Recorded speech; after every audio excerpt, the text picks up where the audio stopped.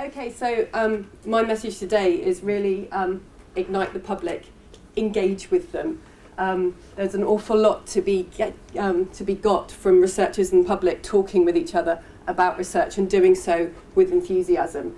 Some of the main benefits can really enhance the university's brand, can really enhance the teaching, learning, research that people are doing, can stimulate creativity and actually really help in terms of staff development and kind of research thinking, and there's ethics and trust issues as well.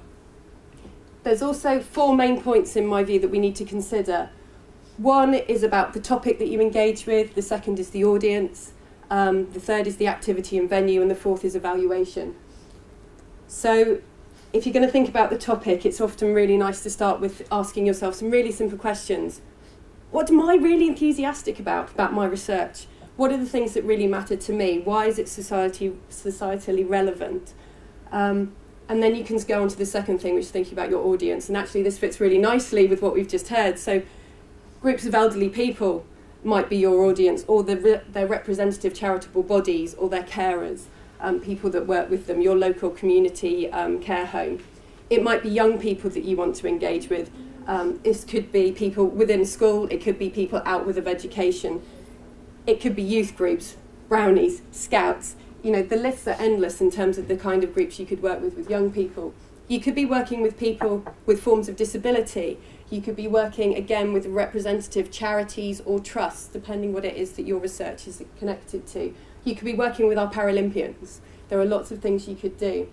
You could work with the local community, the council, particular groups within the local community. I mean, if you're talking about audiences, the list's pretty much endless. There are so many different avenues you could seek out depending on what you wanted to engage with. But then when you've got your audience and you've thought about your topic, the mode of engagement is really important. So you could engage via the media, write an article, TV, radio, but how do you take that into a more two-way form of engagement? You could do this via social media avenues. You could use Twitter, you could use blogs, you could use all the things we've been hearing about, LinkedIn and Facebook, and looking at online media. And you can use them as distinct tools, or you can use them to actually bolster the other things that you're doing. You can actually organise hands-on activities where you can give people a real feel and flavour and taste of what research is about, and actually really immerse people in it. And quite often this is a lot of fun, and there are quite a few people in the university that do that. But will your engagement be a discussion? Will it be a long-lived dialogue? Will it be some form of debate? Will it be very focused, a small group of people discussing things? Or could it be something like a science cafe or a Speakers in the City event? Or could your engagement be much more immersive in your research? Could it be much more along the lines of collaborative and participatory research? And actually, I think we're going to be hearing from Chris Bevan next, and there's an element there in the work that he does about including people within research. You could hold an exhibition, which could be part of an exhibition that another organisation is running, or it could be an exhibition that you and your research group want to put on, and there's examples here of people at Bath that have done both. You could also work via things like festivals. I mean, there are so many festivals and activities that are out there, locally, nationally, internationally. This is a flavour of some of the festivals that are happening in and around Bath within the next 12 months.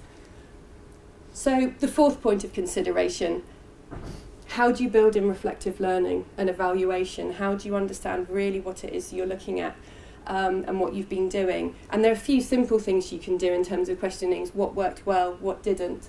And there's lots and lots of different modes of engagement, modes of getting feedback and reflective learning and getting people just to show hands and see what's actually happened. So it's about choosing the topic, choosing your audience, choosing the activity, choosing to evaluate and choosing to engage.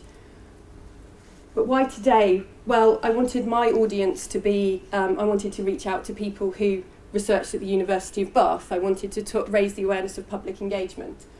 But this has been Ignite. Enlighten us, but make it quick. My question is this engagement about public engagement, or is it me just talking to you? And I think what follows on will then determine whether or not this has been engagement. So I leave you with a quote.